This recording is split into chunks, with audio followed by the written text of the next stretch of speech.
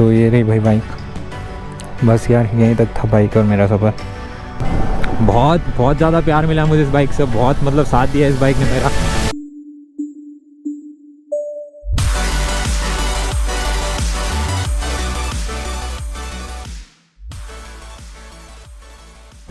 One last evening with my bae. तो मेरा प्यार है भाई, ये मेरा पहला प्यार, जिसके साथ मतलब मैं ऑलमोस्ट 3.5 साल मैंने अपना टाइम बिताया है। तो बहुत इमोशनल फीलिंग है भाई ये एक बाइकर के लिए। तो गाइस फाइनली ये बाइक का मैं सौदा करके आ गया हूँ और कल सुबह मुझे बाइक उस भाई को देनी है। तो कुछ इंट्रो कुछ देना नहीं चाहता डायरेक्ट यार, बस मतलब हो गया था। अब मैं इसे अपने साथ ही रखना चाहता था, लेकिन इतना अमीर नहीं हूँ भाई कि 2 बाइकें अफोर्ड कर सकूँ। इसे बेचूँगा, इसे बेच ही दिया है समझ लो, और इसके बाद दूसरी बाइक लूँगा। थोड़ा सा अपग्रेड करने के लिए मतलब मुझे ये सेल करनी पड़ रही है। बाकी तो गाइस बहुत ज़्यादा प्यार मिला मुझे इस बाइक से, बहुत मतलब साथ दिया इस बाइक ने मेरा। हालांकि उतनी ज़्यादा मेरी जेब ढीली भी करी है, लेकिन क्या करें, अगर अच्छी चीज़ पालोगे तो खर्चे भी अच्छे होंगे भाई। ये बात तो आपने सुनी होगी, शौक नवाबों वाले रखोगे तो भाई उसके लिए उतना करना भी तो पड़ेगा ही। तो सेम चीज़ मेरे साथ भी हुई। मैंने इस बाइक को रखा अपने पास, और भाई R15 V3 मतलब जब मैंने इस बाइक को फर्स्ट टाइम देखा था तो मुझे उस टाइम ही इस बाइक से प्यार हो गया था भाई। मतलब मेरा दिल था भाई इस बाइक में कि बस चाहे कुछ भी हो जाए, घर से झूठ बोल के चाहे लेना पड़े, लेकिन मैं लूँगा यही बाइक। और उसके बाद मैंने ये बाइक ले ही ली थी। तो अभी मैं जस्ट उस भाई से मिल के आ रहा हूँ जिसने मतलब मेरी बाइक लेनी है। तो उसने कहा है कि वो कल सुबह मतलब मेरी बाइक ले लेगा। तो भाई को बाइक बहुत पसंद आई, और मतलब जो भी था भाई पसंद ही आ गई भाई को, क्योंकि देखो कंडीशन अच्छी है, कुछ बुरा नहीं था बाइक में, सब कुछ अच्छा था। छोटा मोटा जो पार्ट डैमेज था वो मैंने सब कुछ ठीक करवाया है। और उसके बाद ही मतलब डील हुई है भाई से बाइक की। सो गाइस इस ब्लॉग में मैं आपको सब कुछ बता देता हूँ इस बाइक के बारे में। मैंने मतलब कभी इस बाइक का रिव्यू नहीं करा और कभी मतलब इस बाइक के बारे में आपको कुछ बताया नहीं है। जो मैंने इस बाइक के साथ 3 साल में एक्सपीरियंस करा है यार। तो सबसे पहले मैं इस बाइक की गुड थिंग्स के बारे में आपको बता देता हूँ। तो जो इसका एवरेज है वो 40 से एवो भी रहा है हमेशा, चाहे मैं कितना भी रश ड्राइव करूँ, चाहे मैं कितना भी फास्ट चलता था, लेकिन इसका एवरेज जो है हमेशा 40, 45 और 50 तक भी आ जाता था भाई। बहुत बार 47, 48। मतलब यामा की MT-15 को छोड़ के और कोई बाइक इसके कंपटीशन में नहीं आ सकती है एवरेज के मामले में। और जो दूसरी चीज़ थी वो है इसकी स्पीड। तो भाई भले ये गाड़ी 155 सीसी थी, लेकिन जो इसका टॉप एंड था ना भाई, वो भी किसी 200 सीसी को मैच कर पाना ना बहुत मुश्किल हो जाता था। ड्यूक 200, KTM RC, ये बाइक मतलब इसको हरा ही नहीं सकती थी भाई अगर इसका टॉप एंड में रेस करी जाए। मैंने खुद ये बाइक 150 प्लस की स्पीड से चलाई है। तो उन सब मामलों में भाई ये बाइक बहुत अच्छी थी। साथ में बाइक यार मतलब अच्छी है, लुक वाइज देखा जाए तो यार मतलब मुझे कभी कभी ऐसे कॉम्प्लीमेंट्स मिलते थे कि यार ये बाइक ड्यूक नहीं है, लेकिन ये बाइक उससे बहुत ज़्यादा अच्छी लग रही है। तो भाई ये सब चीज़ें सुन के ना लिटरली मतलब ऐसा फील होता था कि यार अपने पास जो है ना वो ज़्यादा अच्छा है। तो ऐसा था कुछ सीन इस बाइक का। अच्छी चीज़ें बहुत थी, मतलब और भी बहुत सारी चीज़ें हैं जो इसमें बहुत अच्छी थी। इसका मीटर कंसोल देखो और बाइक से काफ़ी अच्छा है। इसका जो गियर इंडिकेटर है वो भी बहुत बड़ा है। और तो खैर मतलब मुझे अच्छा तो चलो बाद में बताऊंगा, लेकिन जो इसमें मुझे नेगेटिव पॉइंट लगे थे जिस वजह से मैंने सेल करने की सोची इसको, तो पहला रीज़न यही था कि देखो पहाड़ों के लिए ये बाइक उतनी अच्छी नहीं है। जैसे इसे सिटी राइड के लिए लॉन्ग टूर में मतलब मैं अगर सिटी में हाईवे पे राइड कर रहा हूँ तो बहुत अच्छी है, लेकिन अगर मुझे कभी ज़रूरत पड़ जाए, जैसे मैं राइड वगैरह में जाता था, तो उस टाइम पे मुझे भाई मतलब ओवरटेक करने में बहुत दिक्कत आती थी। 155 सीसी है, तो जो फर्स्ट सेकंड गियर का इनिशियल पिकअप है वो इतना अच्छा नहीं था।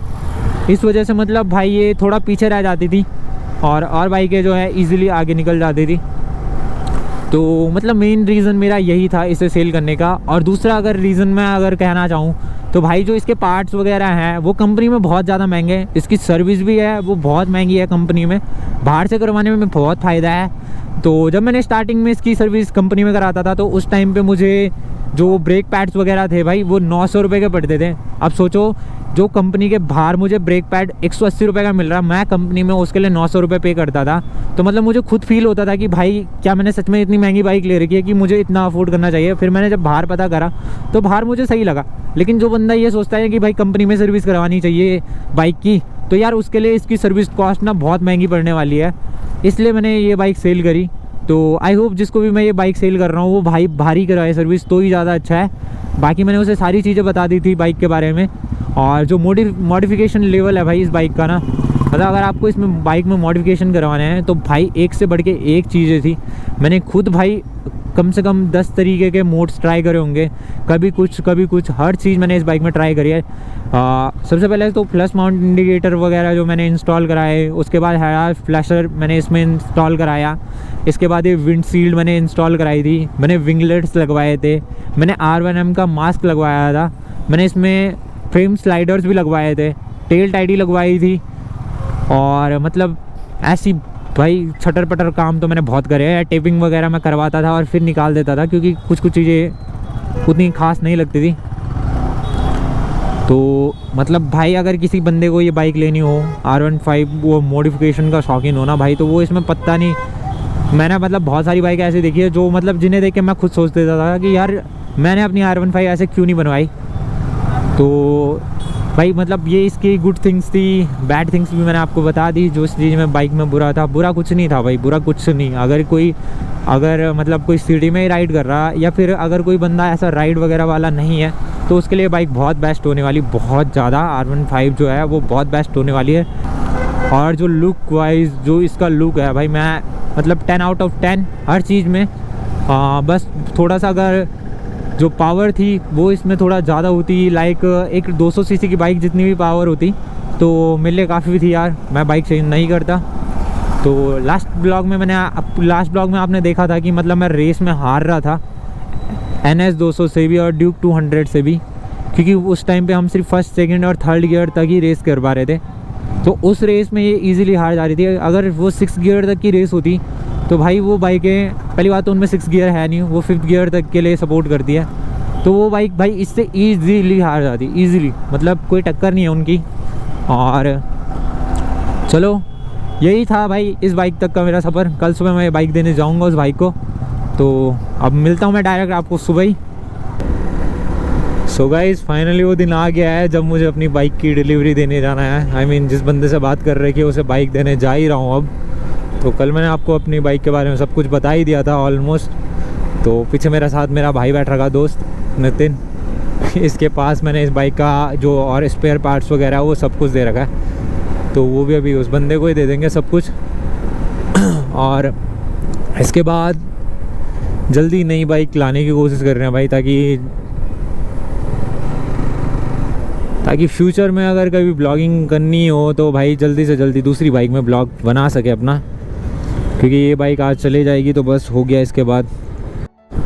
तो गाइस इस बाइक को लेने के पीछे की जो स्टोरी थी ना मेरी, एक्चुअल में जब ये बाइक लॉन्च हुई थी मुझे बहुत ज़्यादा पसंद आई थी। और मैंने जब इसको लेने के लिए घर में बात करी तो यार देखो, एक मिडिल क्लास फैमिली से हूँ और ऊपर से मतलब पापा जो हैं नहीं ऐसी सोच वाले नहीं है। ऊपर से बाइक का जो लुक है, देख आप सबको ही पता होगा कि V3 की जो सीट है वो स्प्लिट है और जो दूसरी सीट है भाई वो बहुत ऊपर है।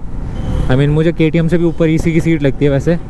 तो भाई घर वाले इस बाइक के लिए राज़ी नहीं हुए थे, तो मैंने घर में झूठ बोला था कि ये बाइक 1,20,000 की है। और तब जाके मतलब घर वालों ने बोला कि चलो सस्ते में मिल रही है इसको बाइक, तो ये ले ही लेगा।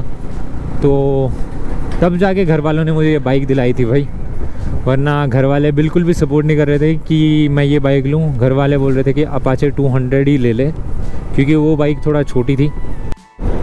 सो गाइस पहुँचने वाले हम जहाँ हमें बाइक देनी है। सो गाइस फाइनली बस यहीं तक था भाई बाइक के साथ हमारा सफ़र, और यहीं बाइक खड़ी करनी है मुझे। पेमेंट भाई ने कर दी है,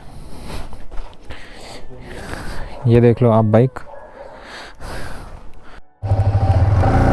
एक लास्ट टाइम भाई ये बाइक स्टार्ट करके मतलब,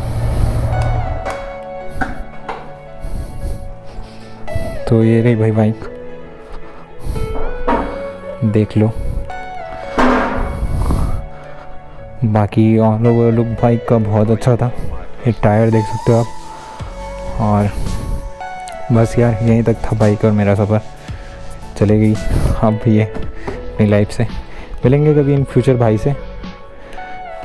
तो चलो यार, इस ब्लॉग में इतना ही। मिलते हैं हम आपको नेक्स्ट ब्लॉग में किसी और बाइक में। तब तक के लिए bye bye. Till then be safe, ride safe, ride hard. Bye guys.